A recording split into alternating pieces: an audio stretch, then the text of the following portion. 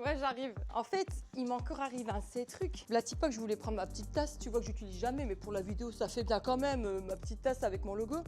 Et là, je vais pour la nettoyer, je mets l'eau, tout m'a giclé dessus et je me suis dit, je vais foutre en l'air son micro à je sais pas combien. Mais bon, c'est bon. Tu vois, Lolo, un petit grain de folie, la vie est plus jolie. C'est mon slogan, ça. Bah, moi, je suis prête, tu me dis quand ça tourne. Hein. C'est bon. Aïe! Bon alors Coco, aujourd'hui on va se confier un petit peu. Un petit peu, ouais. T'es repassée à la télé Ouais, je suis repassée à la télé en plus, c'est vrai ça. C'est vrai. Bah écoute, ils m'ont rappelé, qu'est-ce que tu veux. J'ai signé direct. Hein. Ouais, donc en fait, j'avais fait une première émission, ça fait quoi? Ça fait 2 ans. Et du coup, ils m'ont rappelé, c'était un dîner presque parfait, j'avais kiffé. Parce que hein, c'est quand même une émission de cuisine. Ok, ouais, je cuisine, mais je suis pas non plus la reine des fourneaux. Mais je m'étais dit, ça peut être une expérience de dingue. Et j'ai trop kiffé, j'ai trop aimé. Franchement, j'ai rencontré des gens extraordinaires, j'ai vu un petit peu l'envers du décor, ça m'a trop plu. Et donc, j'avais fait une première émission, j'ai perdu.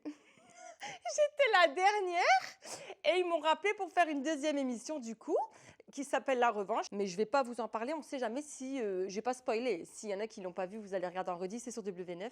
Donc voilà, avec des gens un petit peu connus de la télé-réalité et j'ai rencontré d'autres personnalités assez extravagantes, mais franchement j'ai trop kiffé. Sinon, c'est du fake ou pas un dîner presque parfait Ah, ça, c'est la question que tout le monde se pose. Bah, disons qu'effectivement, on n'est pas chez nous. C'est vrai que les gens, ils disent, ouais, c'est pas ton appart, c'est pas ton intérieur. En plus, moi, il y en a plein qui me suivent en story. Donc, c'est vrai que forcément, ils se posent la question. Donc, non, c'est pas chez nous. Après, c'est nous les vraies personnes, hein. Mais c'est pas chez nous. Et voilà, c'est un peu scénarisé. Mais dans l'ensemble, on ne te dicte pas ce que tu dois faire. Moi, je suis restée moi-même. Tu surjoues un petit peu. Mais après, on t'oblige à rien. Ça, il faut le savoir, on ne t'oblige à rien. C'est pour ça que j'avais accepté de le refaire une deuxième fois d'ailleurs. Du coup, ton meilleur souvenir dans l'émission, c'est quoi? Mon meilleur souvenir, j'en ai plein. Bah, déjà, j'ai fait la présentation avec mes enfants, donc ça, c'était trop bien. C'est un souvenir pour nous, même on l'a en vidéo, quoi. Enfin, on est passé à la télé avec mes filles, c'est cool. Mon meilleur souvenir, je dirais pas souvenir, mais ce que j'ai préféré dans la globalité, bah, c'est de voir l'envers du décor. C'était génial. En fait, il y a trop de trucs que j'ai adoré. Voir l'envers du décor, les équipes comment elles bossent, et puis voir comment tout est coordonné, ouais. On dit comme ça. On s'imagine pas que ça fonctionne comme ça. C'était trop bien. Genre les interviews, quand est-ce qu'ils sont placés, c'est hyper tard en fait. Et après, quand tu revois l'émission, tu vois le montage. Donc ça, le truc que j'ai préféré, je crois que c'est vraiment voir l'envers du décor. Évidemment, rencontrer tous ces gens que j'ai rencontrés, que ce soit candidat ou l'équipe, quoi. Super. Du coup, t'as rencontré Nicolo.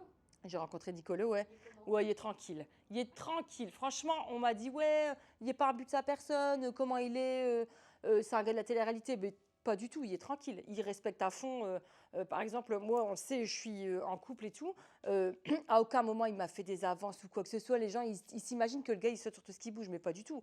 C'est un mec hyper respectueux, je l'adore, franchement. C'est avec plaisir qu'on se reverra, je pense. Mais trop bon feeling. Super mec. Et tu vas vouloir refaire de la télé? Bah, j'aimerais bien, mais après, je serai sélect. Hein. Si on m'appelle pour faire des trucs. En fait, je n'aimerais pas passer dans des émissions où je ne peux pas être moi-même. Ça, de toute façon, j'y arriverai pas. Surjouer un peu, oui, mais ne pas être moi-même, impossible. Et puis, ça dépendrait quoi. Moi, j'aime bien le challenge. Tu vois, si on m'appelait pour faire un truc, mais vraiment hors zone de confort, hein, j'aimerais trop. Après, il ne faut pas m'appeler pour des trucs ouais, où je me ridiculise ou des trucs vraiment. Je me ridiculise un peu tous les jours, mais je veux dire, où vraiment tu m'enseignes et tout, ça, non, c'est mort. C'est toi qui as postulé pour passer à la télé? Non, pas du tout. Après, franchement, ouais, j'ai toujours espéré faire un petit truc comme ça pour vivre l'expérience. Maintenant, non, pas du tout. C'est un casteur qui m'avait repéré. Il m'a dit, ouais, j'aime bien ton profil sur Instagram et tout, machin. Et ça s'est fait comme ça, en fait, tout simplement. Et puis après, voilà, il m'a repéré sur les réseaux. Et voilà. Et j'ai accepté, ne sachant pas trop où je mettais les pieds. Puis au final, sans regret, quoi, comme j'ai dit, trop bien. Et d'ailleurs, t'as commencé comment Mes réseaux? tes réseaux, tout ça? Non, mais vraiment, mais carrément à l'arrache. En fait, au début, quand j'ai ouvert ma boutique, j'avais un tout petit local, pas très loin d'ici d'ailleurs. Il était tout petit et j'avais Snap. C'était à l'époque où Snap, enfin voilà, j'ai Snap, Instagram, Facebook aujourd'hui. J'ai dû faire un choix parce que j'arrivais plus à gérer clairement. Mais du coup, j'avais Snap. Et je me vois encore me filmer derrière mon comptoir en train de faire la conne comme d'habitude. Et je me cachais, je disais, ouais, demain j'ouvre ma boutique et tout. Enfin voilà. Et du coup, j'ai démarré vraiment avec Snap, très spontanément, comme d'hab. Voilà. Et je me suis dit, de toute façon, je reste moi-même. C'était ma seule devise toujours, c'est de rester moi-même. Celles qui veulent adhérer à mes réseaux, à mon concept, bah tant mieux. Et les autres, bah tant pis quoi. Et c'est comme ça que j'ai démarré avec Snap. Puis après, ça a pris une ampleur de malade. Enfin, de malade à mon niveau. J'étais très contente. Snap, après, il fallait que je me mette sur Insta, évidemment. C'était la suite logique, mais j'avais beaucoup de mal. Je sais pas, Instagram, j'aimais pas parce que je trouvais ça hyper fake, que tout était un peu trop lisse. Et je me suis rendu compte que, enfin, et c'est aussi les gens qui utilisaient Snap m'ont dit, mais tu sais, non, c'est pas fake, c'est toi qui va vraiment. Tu mets ce que tu veux sur ton compte. Je disais, ouais, mais je trouve que tout est surfait, je suis pas dans le moule Instagram. Et en fait, je suis restée moi-même comme d'hab. Et puis voilà, j'ai fait mon Instagram à mon image. Ça a pris de l'ampleur. Et du coup, j'ai dit, là, par contre, à un moment donné, je vais crever. Entre gérer Snap, Insta, Facebook, Messenger et tout, enfin, c'est impossible.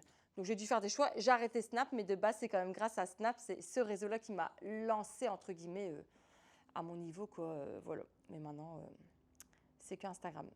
Et du coup, pour ceux qui ne te connaissent pas, tu es qui exactement?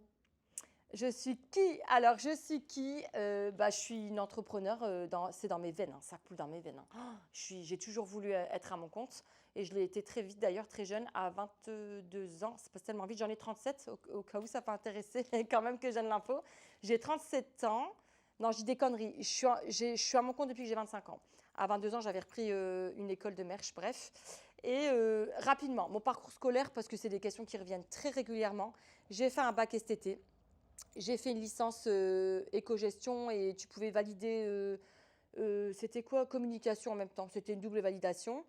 Après, j'ai travaillé. Et ensuite, j'ai démissionné dans la même boîte, c'était Sport 2000. D'ailleurs, je les embrasse, c'est toujours la même équipe. Sport 2000, expérience de dingue. Sport 2000 à Le Quesnoy. Et j'avais démissionné pour pouvoir faire mon apprentissage. Et il m'avait dit, OK, je veux bien. Ça aussi, hein, il fallait qu'il accepte, quoi. J'ai dit, je veux reprendre mes études dans le merch. Et il m'a dit, OK. Bref, j'ai validé mon diplôme. Il faut savoir qu'à l'école, parce que ça, vous devez vous le demander, j'étais pas du tout la meilleure. Je m'en sortais toujours avec l'oral. Avec l'oral, et puis voilà, mes notes, c'était pas les meilleures du monde, hein, mais fidèle à ce que vous connaissez de moi maintenant, le bagou toujours et un minimum de cerveau hein, qui fonctionne bien. Donc le tout a fait que, voilà, pour mes études, j'ai quand même un bac plus 5 en vrai. Quand je dis ça, je me dis, ah ouais, ouais. Et donc après, j'ai créé une petite entreprise qui s'appelait Chez Huguette. D'ailleurs, je dois avoir des archives. C'était en rapport avec mon petit chat, en fait, Huguette, hein, qui est mon chihuahua, qui est encore vivante d'ailleurs. Elle a 13 ans, Huguette. Et voilà, j'ai démarré comme ça. C'était une petite entreprise pour les petits chiens, avec tout ce qui était les petits accessoires pour chiens, etc. Et en fait, cette première entreprise, du coup, m'a appris énormément. Alors, j'ai pas gagné beaucoup de thunes, hein, mais je rentrais dans mes frais. Mais j'ai vraiment pas gagné grand-chose. Voilà, j'arrivais à me dégager un petit salaire et tout, mais ça a été formateur de ouf. Et ça, pour moi, c'est hyper important de le préciser. C'est que toute expérience, de toute façon, quand tu es entrepreneur, toutes les expériences, tous les gens que tu vas rencontrer, forcément, te rajouteront une pierre à l'édifice en fait, de ton parcours. Tu peux pas tout de suite arriver comme ça, être entrepreneur et te dire ouais, vas-y, je vais tout casser. Ça, c'est que justement sur Instagram qu'on vous fait croire ça. Mais il y a quand même beaucoup de travail, de l'expérience, je pense qu'il faut acquérir. Et puis après, quand tu sais bien ce que tu veux, voilà, en général, ça fonctionne. En général, je dis bien. Et avec la sueur de ton front, ça c'est sûr. De toute façon, c'est simple. Depuis cette boîte, j'ai jamais arrêté. J'ai eu mes enfants aussi en même temps. Enfin bref, j'ai eu Rose. Après, je suis tombée enceinte d'Ambre. Et là, j'ai dit à un moment donné, il faut que j'arrête. Je m'étais dit, ouais, je vais pas parler de tout ça, ça va durer 3 heures, mais vas-y, j'enchaîne. Et donc, je suis tombée enceinte d'Ambre. Là, j'ai dit, c'est tout, j'arrête ce magasin, c'est pas possible. Finalement, ma soeur a repris le local, c'est très bien goupillé. Et j'ai déménagé à Le Quesnoy avec le père de mes 2 premières filles, donc Rose et Ambre. Et voilà. Et puis en allant faire des photos d'identité à côté de la mini place, là, je fais ça parce qu'elle est vraiment derrière le bâtiment que j'ai actuellement. Il y avait un local vide et je dis au mec, au photographe, il s'en souvient encore. Je dis mais il y a quoi dans ce local? Il me dit bah il y a rien. Oh, je fais vas-y, pourquoi je suis passée devant quoi? Parce que moi je supporte pas de rien faire, faut le savoir. Bah, il y a peut-être un truc à faire, un business. En fait, je savais même pas ce que je voulais faire, mais je voulais toujours. C'est tout. Quand tu as ce truc-là en toi, les entrepreneurs le savent. Quand tu as envie de créer, quand tu as envie de. C'est tout. Ça coule dans ton sang, quoi. C'est comme ça. Et c'est tout. Et donc, du coup, je rentre chez moi et tout. Je dis à mon conjoint de l'époque, j'ai ouais, j'ai trop envie de faire, j'ai envie de faire une boutique. Il me dit, Bah, je vous avoue que je ne sais plus trop il était d'accord ou pas, mais de toute façon, quand tu vis avec ce genre de personne qui est moi-même, tu as beau dire ce que tu veux, je vais le faire de toute façon. Donc peut-être qu'il m'avait encouragée, je pense, peut-être, je m'en souviens plus, c'était il y a longtemps. Et du coup, j'ai dit, allez, bah, je vais lancer boutique de fringues. Donc j'avais très peu de sous, puisque j'avais liquidé mon ancien magasin, j'avais 10 000 euros. 10 000 euros, c'est pas grand-chose, hein, croyez-moi. Hein. C'est trois portants. En comptant évidemment les charges que tu vas avoir, ton loyer, etc. Donc j'ai démarré avec ce local. Du coup, j'ai fait ma boutique Snap. Je venais d'accoucher d'Ambre. Ambre, elle a vécu les premiers mois dans la boutique avec moi. Puis après, voilà, tout s'est enchaîné. Et du coup, le local ici s'est libéré. Et j'ai dit, allez, je vais prendre un risque énorme parce que j'avais ouvert il n'y a même pas un an. Quoi. Ça faisait quoi, quelques mois que j'étais ouverte dans l'ancien local. Mon chiffre d'affaires était plutôt correct, mais voilà, c'était pas non plus ouf. Impossible de me projeter pour la suite. Mais ça, c'est bien aussi quelque chose que j'ai retenu et que de toute façon, j'applique encore aujourd'hui. C'est qu'en fait, la prise de risque, elle est primordiale, tant qu'elle est mesurée. Après, voilà, je ne mettais pas en danger ma famille ni rien. Mais je pouvais me casser la gueule.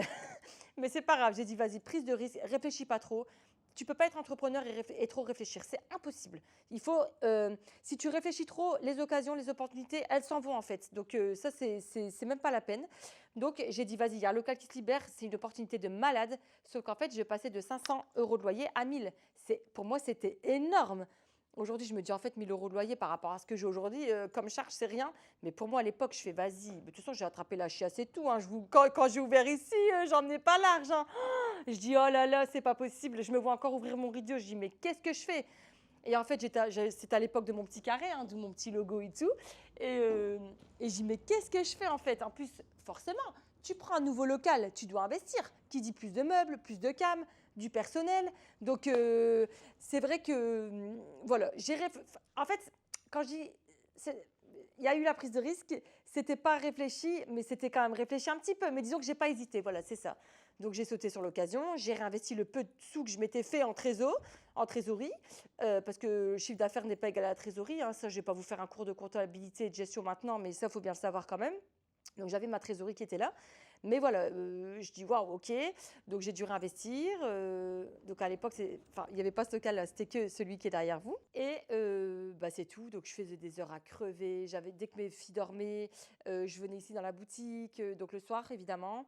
Enfin voilà, truc de fou.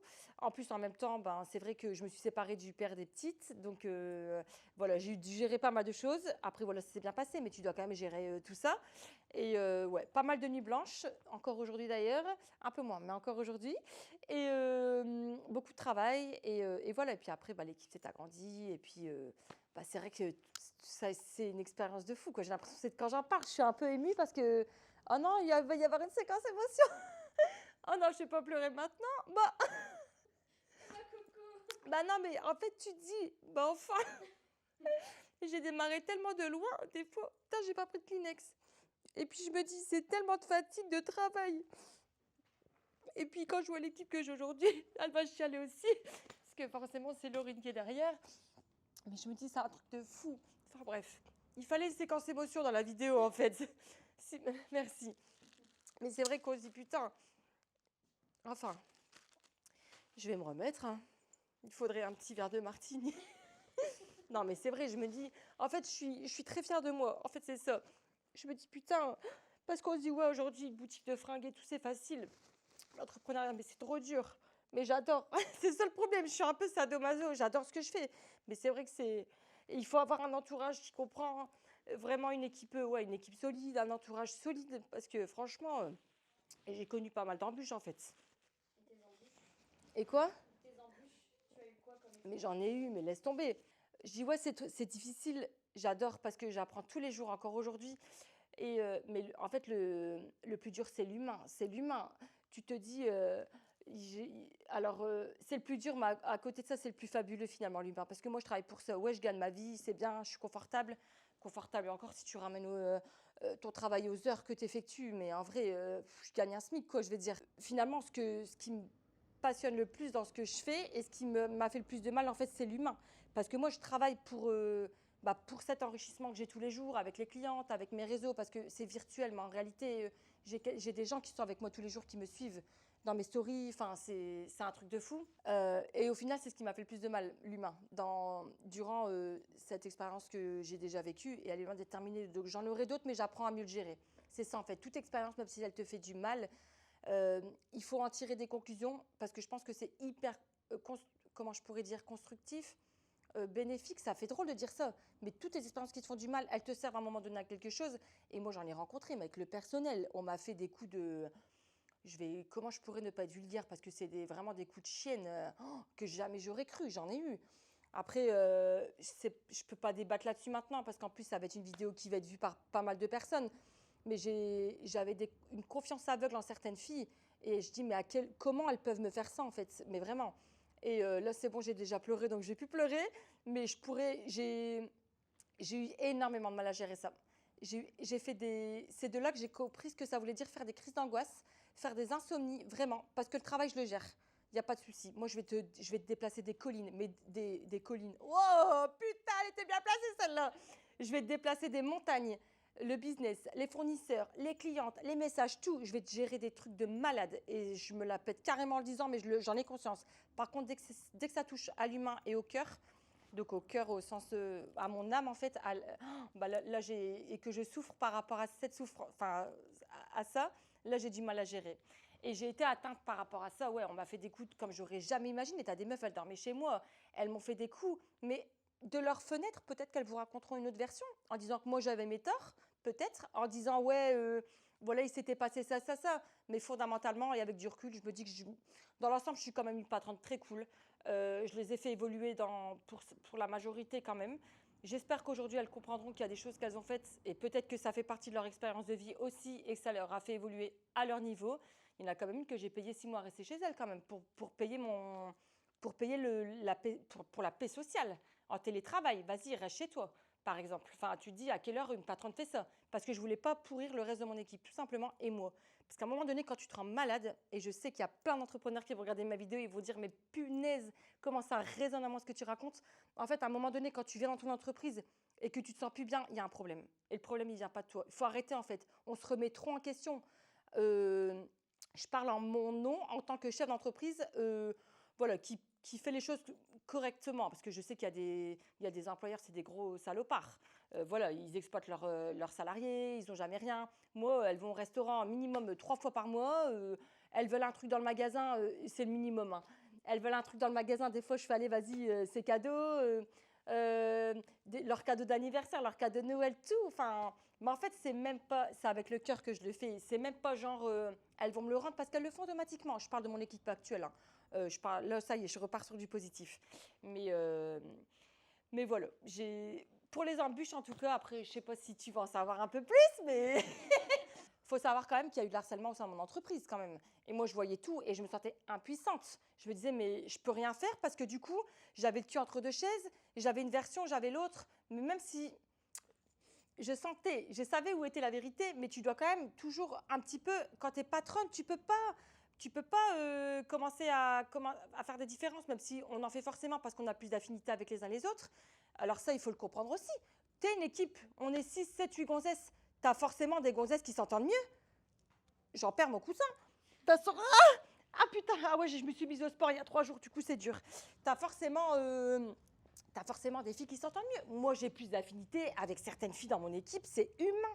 Alors, il y en a qui diront, ouais, faut pas le montrer, machin. Mais même Céline, par exemple, Céline, parlons-en, Céline, elle est avec moi depuis le début. Elle, c'est ma best, ma pupuce, c'est vraiment, elle a tout connu avec moi. Il y en a dans mon équipe qui s'entendent mieux avec Céline qu'avec moi. Pourtant, c'est moi la patronne. J'ai pas de problème avec ça. Ça s'appelle l'humain, les affinités. On a tous notre expérience de vie, on a tous notre éducation, on a tous nos centres d'intérêt qui sont différents. Forcément qu'à un moment donné, tu vas avoir plus d'affinité avec certains. Donc oui, ça peut créer des jalousies, mais il faut un minimum d'intelligence humaine à un moment donné aussi. Quand t'es conne en fait. Ça, par contre, je peux pas. Et ça, par contre, c'est un de mes critères maintenant. Les connes, je les recrute plus en fait. Ça, l'intelligence, c'est le seul truc que tu peux pas changer chez les gens. Autant tu peux les faire évoluer sur la vie, sur la perception de certaines choses. Moi, je les vois bien. Il y en a, Lolo, elle avait 20 ans quand elle est arrivée. C'est plus la même, elle a 25 ans. Je pense, et ça, c'est sans prétention, mais avec beaucoup de prétention quand même, que si elle avait évolué dans une autre boîte, elle ne serait pas la même femme qu'elle est aujourd'hui. Que être à mes côtés, qu'être aux côtés de Céline. Ça, c'est certain. Pour moi, ça ne serait pas la même femme qu'elle est maintenant. Donc, ça, c'est sûr. Et moi, si je ne les avais pas eu à mes côtés dans certaines expériences que j'ai pu rencontrer dans mon entreprise, mais j'aurais peut-être déjà arrêté. C'est mes piliers, ces meufs. Enfin bref. Donc c'est pour en revenir, l'humain, tu vois, ça, je crois que ça va être le passage le plus long de la vidéo, qu'il faut vraiment bien choisir son entourage, que ce soit dans sa vie privée, mais surtout en entreprise. Quitte à pas en avoir, c'est pas grave. Tu as une entreprise, tu veux la développer, tu trouves pas les gens qui peuvent t'accompagner, bah reste dans une petite structure. Parce que c'est vraiment ça qui peut finalement te nuire et te faire au final te retrouver sans rien, quoi. Donc, Je connais pas ton équipe. bah, du coup, maintenant, on n'a plus puce. Donc, ça va faire 9 ans qu'elle travaille avec moi. Non, mais je pleure plus, hein. Mais non, Céline, comment vous dire, on est très différentes. Mais à la fois, on a ce grain de folie qui nous lie. Mais pareil, un grain de folie qui est différent quand même. Mais elle a un courage de malade. En fait, je crois que c'est. Céline, elle revient pas de loin, mais elle n'était pas du tout destinée à être dans une boutique. Après, voilà, je ne vais pas vous parler de son vécu et de son passé qui est quand même assez lourd. Mais de base, Céline, elle devrait même pas travailler ici en fait. Donc, pour moi, c'est un exemple. Cette meuf, franchement, je suis trop contente et trop fière de l'avoir avec moi. Mais elle voulait, c'est la persévérance, Céline. Elle était cliente de base chez moi. Et un jour, j'avais besoin d'elle pour me dépanner pour garder mes enfants. Elle est venue, j'ai dit ouais, tu peux pas m'aider parce que j'avais confiance en elle. Elle était cliente, on avait une petite affinité, j'avais confiance. Un autre jour, j'avais besoin d'un coup de main au magasin, j'étais toute seule. Enfin, j'en avais une autre avec moi à l'époque, mais voilà, elle n'est pas restée très longtemps. Et j'ai dit, vas-y, je l'appelle, j'ai dit, écoute, Céline, excuse-moi de te déranger. On n'était absolument pas proches comme aujourd'hui. J'ai dit, tu pourrais venir m'aider, me donner un petit coup de main au magasin. Elle me dit, oui, pas de souci, elle était là. Puis j'ai dit, putain, elle, c'est un avion quand même. Elle captait vite, en fait. Mais elle n'était pas du tout comme ça aujourd'hui, hein. Donc, elle était plutôt discrète dans le sens où elle observait comment je travaillais. Donc, j'ai pu bien la façonner à ma façon, à la façon Mademoiselle Coco, en fait, ça, c'est génial. Et elle était très observatrice. Elle buvait mes paroles, elle regardait comment je travaillais et elle apprenait vraiment. Enfin, vraiment, c'était super quoi. Je me dis putain, mais en fait, puis elle fait jamais d'erreur. On rigole toujours avec ça, mais Céline, elle ne fait jamais d'erreur. Si, elle en fait peut-être de temps en temps, mais c'est extrêmement rare. Céline, dans ce qu'elle fait, donc elle s'occupe plus de la partie, tout ce qui est administratif, enfin qu'elle peut gérer, parce que évidemment, il y a des choses que c'est moi qui gère, mais ce que je peux lui déléguer en administratif, elle le fait. Elle gère les commandes, les messages Messenger un petit peu sur Facebook quand même. Et puis après, tout ce qu'on peut gérer en boutique, voilà. Mais après, on a Laurine, du coup. Lolo, ma petite Lolo, on l'appelle Pucenette, elle adore son surnom. Lolo qui est à mes côtés depuis 4 ans, 5 ans, 4 ans 4 ans, ouais, ça fera bientôt 5 ans. Elle est arrivée au magasin, il fallait la voir, hein. Oh, je m'en souviendrai toujours. En fait, je dis, sa marraine, elle était là.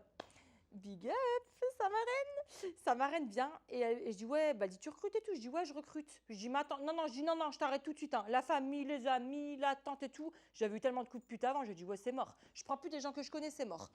Et parce que j'en ai perdu aussi des amis, ça, mais c'est tout. Bref, on parle que du positif maintenant. Et en fait, elle me dit, bah moi, c'est con, j'ai ma nièce, elle est super, ma filleule et tout. Ah, je fais, oh, non, et tout, je prends plus la famille, enfin voilà. Et de là, bah, elle fait quoi? Elle est où? À la seconde où je venais lui dire non. Elle me dit, bah vas-y, je l'appelle si tu veux. Bah, je dis, bah ok. Mais genre, ça s'est fait en 5 minutes. Je venais de dire non, mais moi, pour ça, on me retourne comme une crêpe, hein. Et du coup, je dis, ok. Et c'est ça que j'ai apprécié. Elle est arrivée, dans les 2 heures, elle était là. Elle était, je sais plus où. Donc, elle arrivait, elle s'est présentée avec sa combi ultra moulante. Je la revois encore, punaise. Je dis, c'est quoi cette meuf? Pas coiffée, pas maquillée. Donc, elle s'excuse quand même. Elle dit, excusez-moi, je crois qu'elle rentrait du travail ou un truc comme ça. Et c'est tout, je la prends en entretien. Je fais, bon, ok. Elle faisait ordinaire, quoi, mais voilà. Donc, c'est tout. Mais c'était drôle. Donc, je la prends en entretien. Et comment je te l'ai mise tricard direct? Parce qu'en fait, j'en avais tellement marre. Céline aussi. De toute façon, Céline, il faut savoir qu'elle supporte travailler avec personne de base. Mais elle s'est vachement améliorée aussi sur ça. Parce qu'à un moment donné, j'ai dit, tu sais, on va pas s'en sortir qu'à deux, hein. On n'en pouvait plus, quoi. Et donc, je la prends en entretien. Ben, j'utilisais quoi avant? Ben, elle dit, bah, en fait, j'étais esthéticienne. Je fais, ah, bah, ça tombe bien.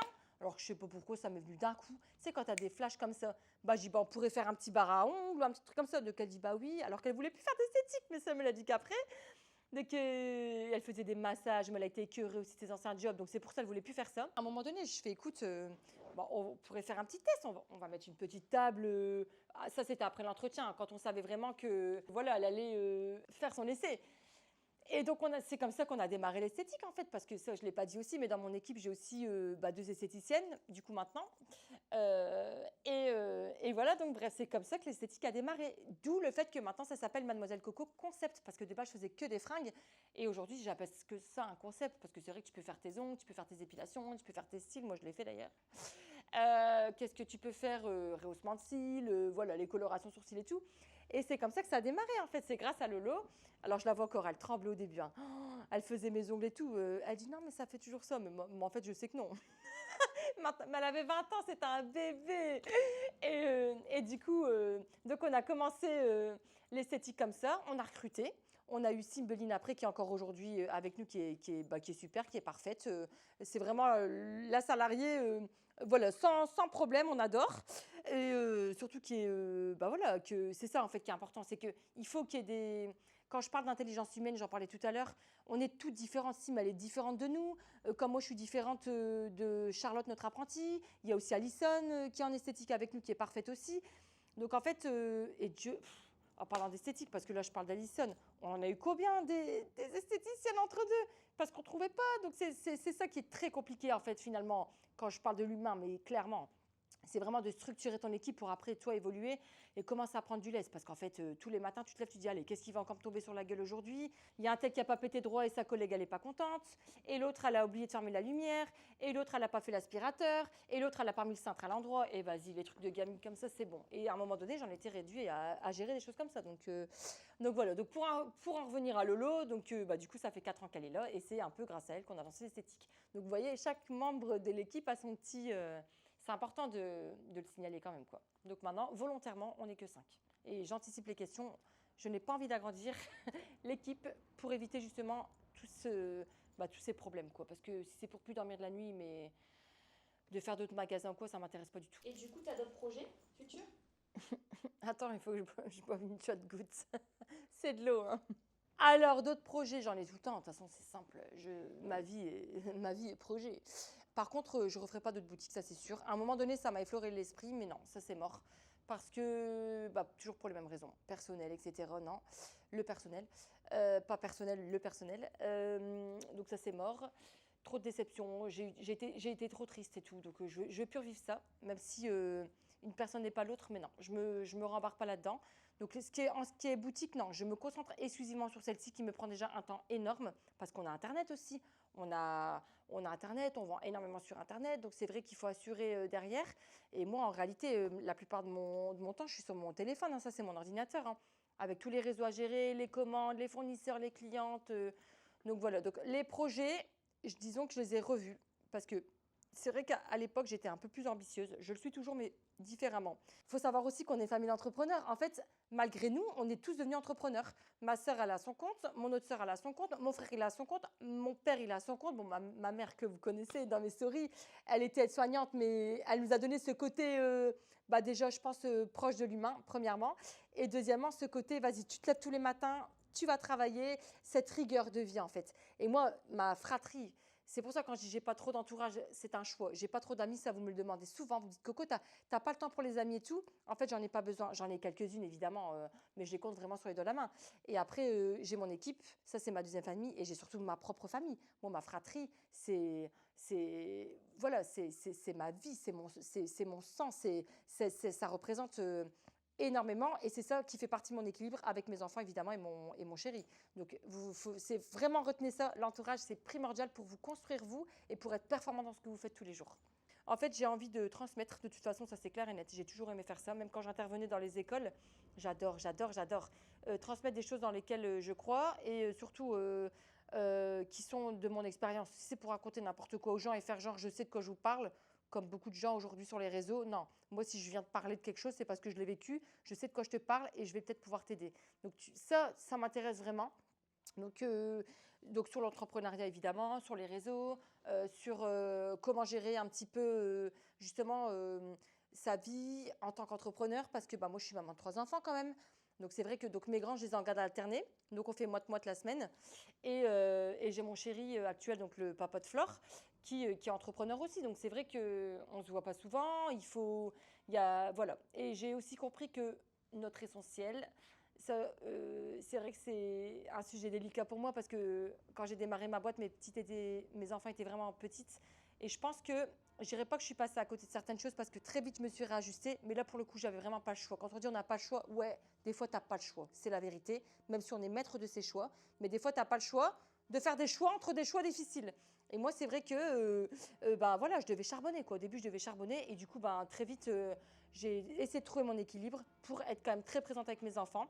Alors, elles me connaissent toujours plus ou moins avec mon portable, hein, ça c'est sûr. Hein, mais en fait, quand je leur en parle maintenant qu'elles sont plus grandes, ça fait partie de leur vie. Et elles disent, maman, tu es quand même présente. Des fois, je leur dis, ça va, je suis quand même beaucoup avec vous. Bah ouais, maman, le mercredi, je suis avec elles.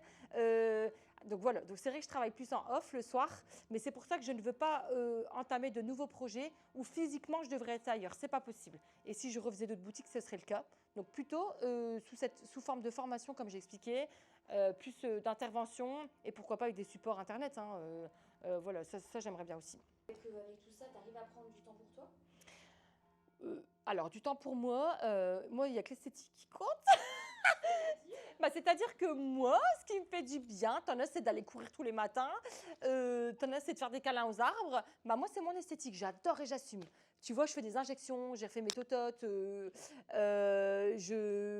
j'ai d'autres, j'aimerais faire d'autres choses après, voilà. Mais il faut être raisonnable et c'est ça, c'est important. Quand tu commences là-dedans, la médecine esthétique et tout, faut être raisonnable. Donc, bah ouais, moi c'est ça, mes hobbies, j'adore. Prendre du temps pour moi, c'est de s'occuper de moi, de ma personne. Puis il y a aussi, il faut dire, euh, parce que c'est vrai que ça, c'est des questions qu'on me pose souvent en story. Pourquoi tu as commencé à faire de la médecine esthétique, quelle zone tu fais, etc. Donc pourquoi j'ai commencé? Parce qu'en fait, quand tu te filmes en permanence, et moi c'est le cas, je fais combien de stories par jour? Je me filme en permanence et du coup, tu deviens un petit peu critique. Tu vois en fait, tu te vois en permanence. Et c'est vrai que c'est là le piège de ne pas tomber dans l'excès. À un moment donné, tu as envie de tout corriger alors que ben, on a tous des petits défauts, c'est normal, ça fait partie de la... C'est ça, et puis le visage n'est pas symétrique, enfin tu vois. Mais voilà, c'est comme ça que j'ai commencé. J'ai refait mes lèvres, donc c'est des injections. Là, j'y touche plus parce que maintenant ça reste, parce qu'il faut savoir que l'acide hyaluronique, à force d'en faire, en fait, ton corps, voilà, il le retient, il se souvient, et voilà. Donc ça, c'est parfait. Au moins pour le budget, c'est cool. Après, j'ai fait un petit peu mes pommettes, mais ça, c'est voilà, c'est des zones que je retravaillerai pas forcément. Mais j'adore. Des fois, moi, quand je suis fatiguée ou j'ai un petit coup de mou, bah, je dis, bah tiens, j'irais bien me faire une petite injection.